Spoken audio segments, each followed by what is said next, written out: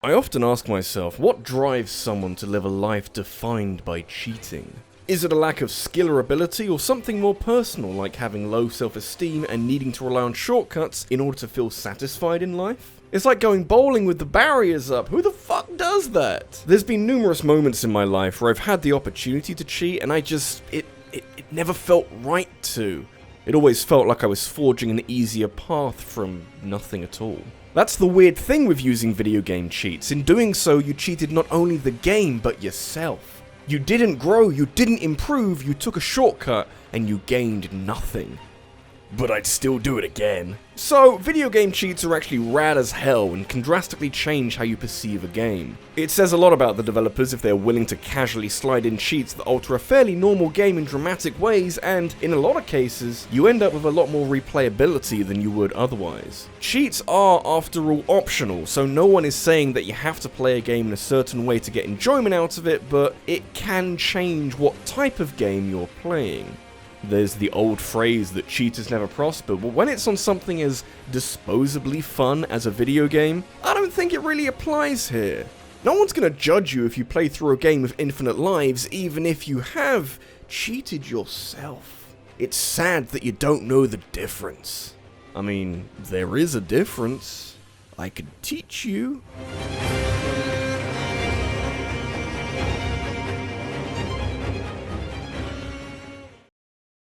Cheat code should remind you of a bygone era of gaming where we didn't have to worry so much about some of the shittier aspects of nowadays times. It plays in nicely to the idea that you'd hear about specific button combinations that may or may not let you unlock some super secret hidden thing in a game, information that you pick up from a friend of a friend or from a dubious source in a gaming magazine.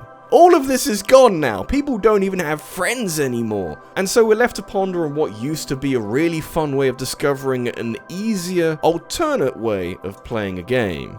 Or maybe it's a whole different game entirely. You know, back when developers made an effort.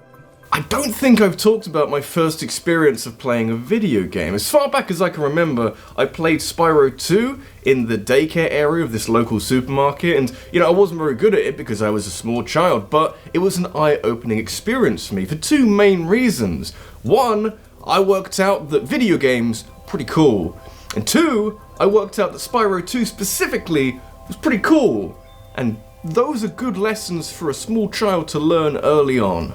So technically, Spyro 2 was the first game I ever played, which is only slightly relevant to a video about cheating. But I am trying to pad out the video length by talking around a subject, so actually, yeah, it's kind of appropriate in a really weird roundabout way. I'm mentioning this anecdote in particular because my family didn't own a PS1 at the time, so any time I did spend playing Spyro 2 was like a demo. Much like the demo that was included in Crash Team Racing that could only be accessed by pressing a very specific sequence of buttons, which I'm going to include in here as a cheat because I make the goddamn rules. It is kind of a cheat because you're playing Spyro on a game disc that says Crash Team Racing, so I think it counts. I mean, it's not a traditional cheat, but it operates in a similarly hush-hush way that makes you doubt if it's legit or not. Remember, this was 1999 when the internet didn't quite have the wherewithal to confirm or deny this rumor without checking on individual copies, and the powerful hive mind we have today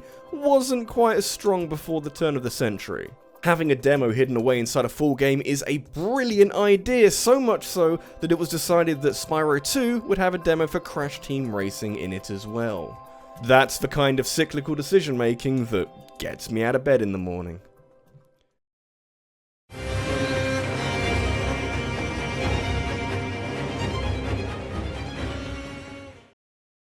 I've noticed that cheats are more common in games that are better set up to use them. What I mean by that is that you don't see cheat codes being handed out in Mario games or like, I don't know, Portal or something, because those games are really heavily focused on giving you something fun to do that doesn't dramatically change the base of the game.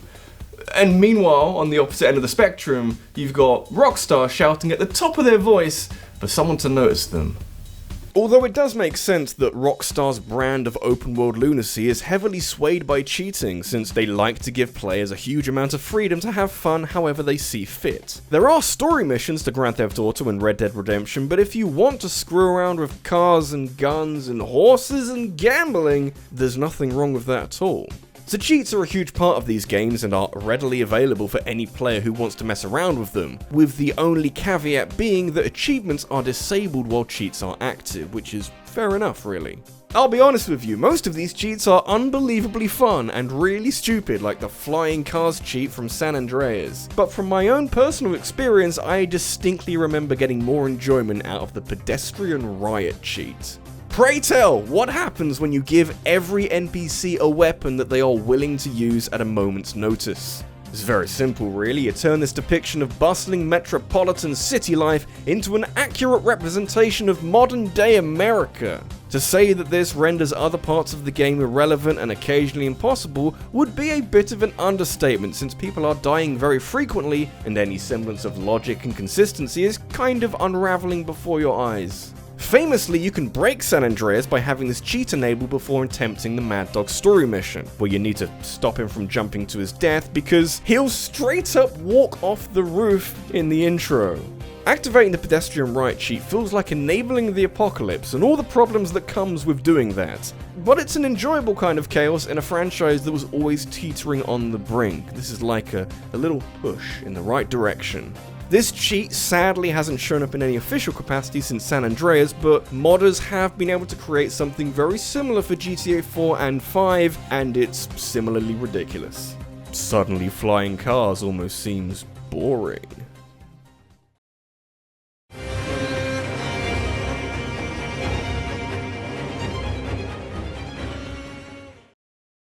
I want to go back to the idea that cheats aren't something that games bother with these days. It makes more sense when you think how reluctant some developers are to make single-player games in the first place, with the rise of online multiplayer and battle royales acting as a seemingly easier way of making money. Obviously, you can't start including cheats in multiplayer games because that's plain unfair and would never work under any circumstances. And as games continue to focus less on single-player arcade-like experiences, you start looking back through history for significant cheats from their heyday in the 80s and 90s. There are a lot to choose from, but really, if we're talking classic cheats, you just can't leave out the Konami code. Hey kids, did you know that Konami were once really invested in the idea of making video games and not phoning it in so no one would miss them when they died? Sounds wild, I know, but trust me, Konami used to make a ton of really cool games and had a special code that branched across most of them that would help a budding gamer cheat their way through what were some pretty tricky video games. I'd say the code out loud, but if you've been on the internet for longer than like 10 minutes, you probably know what the Konami code is. I'll put it on screen, there you go. The example that everyone knows is Contra, where the Konami code can give you 30 extra lives straight out of the gate, which is fairly necessary considering how stupid hard Contra is. But it also squeezed its way into Castlevania games and Gradius games, and even games that aren't made by Konami, like Rocket League, Assassin's Creed, and the Bank of Canada, apparently.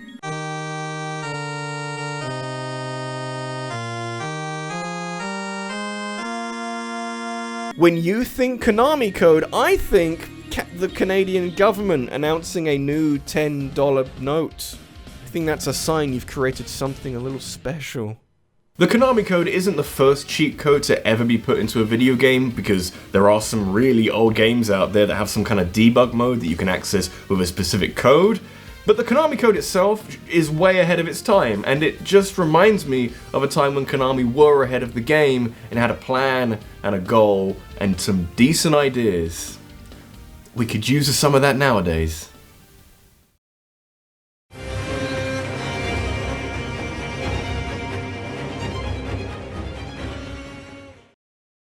You're probably sitting there thinking, hey RabbidLuigi, I can't help but notice that you're still talking, despite having talked about the Konami code, the single most iconic cheat in all the video games. Why the fuck are we still going? It sounds like you got a bad throat and you can't say you sound different this week. Great question, dissenting voice in my head, and that's because the Konami code is important for every other cheat code ever made, but never did anything too crazy beyond giving out more lives or the occasional upgrade. The reality is that there are a lot of insane cheats out there that can trace their origins back to something other than the Konami code, because there was another game out there that was setting very high standards for the many ways that cheats can improve your life. I don't know if you've heard of Doom, but there's more than one way of playing this game. God, I do sound terrible, don't I? With a lot of things in gaming, you have the moment where something is introduced, and then a little while down the road, you have the moment where that idea is expanded and honed into what we know it to be today.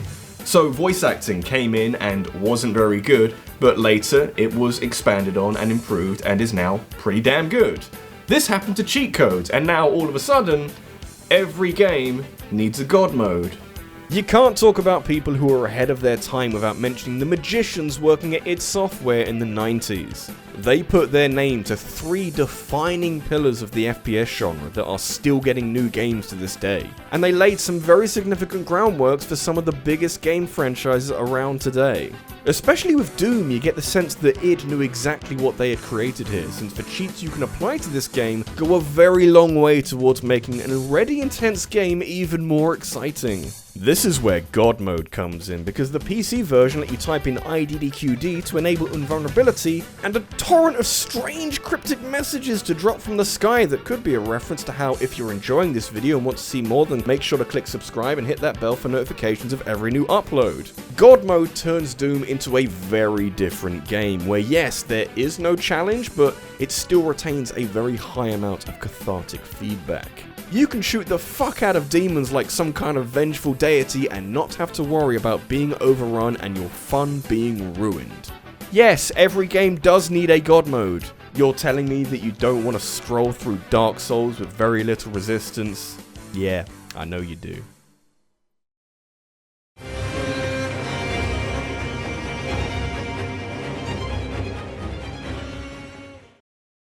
You know, I think I've worked out what my favourite cheats are in the process of making this video.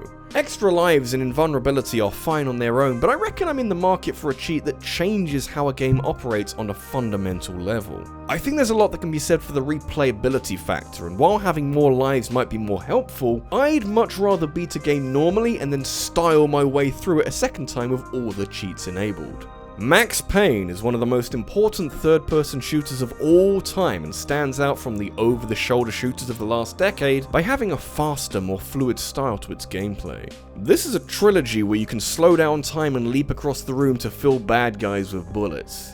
Yes, I would like more of that. How did you know? Turning a stylish shooter into something so self-indulgent that I can feel my eyes rolling into the back of my head is exactly what I would want a cheat to do to a game.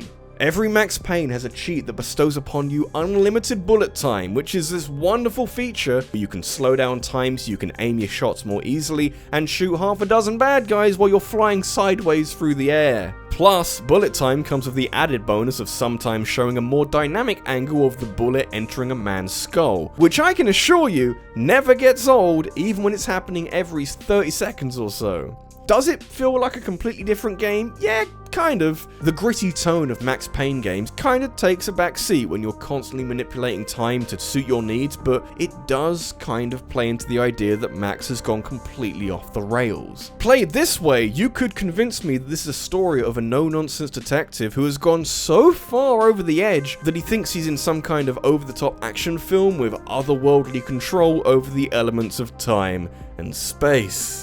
That's all from enabling one really fucking entertaining cheat. I told you they can enrich your lives.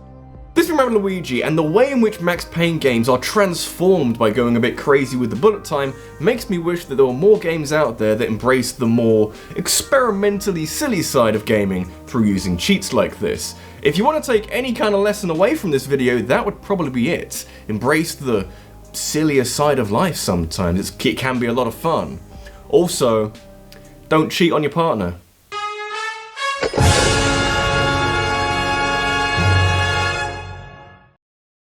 Have you got a topic that you'd like me to talk about next week? Make sure you leave a comment about that down below, because I'll be taking the most interesting suggestions and making a poll on the next video. In fact, here's one right now that I prepared from last week. I'll be revealing the winner of the poll on Twitter and taking suggestions for games to talk about that are related to that topic. So feel free to follow me over there so we can keep in touch. Thanks for watching, and I'll see you in the next one.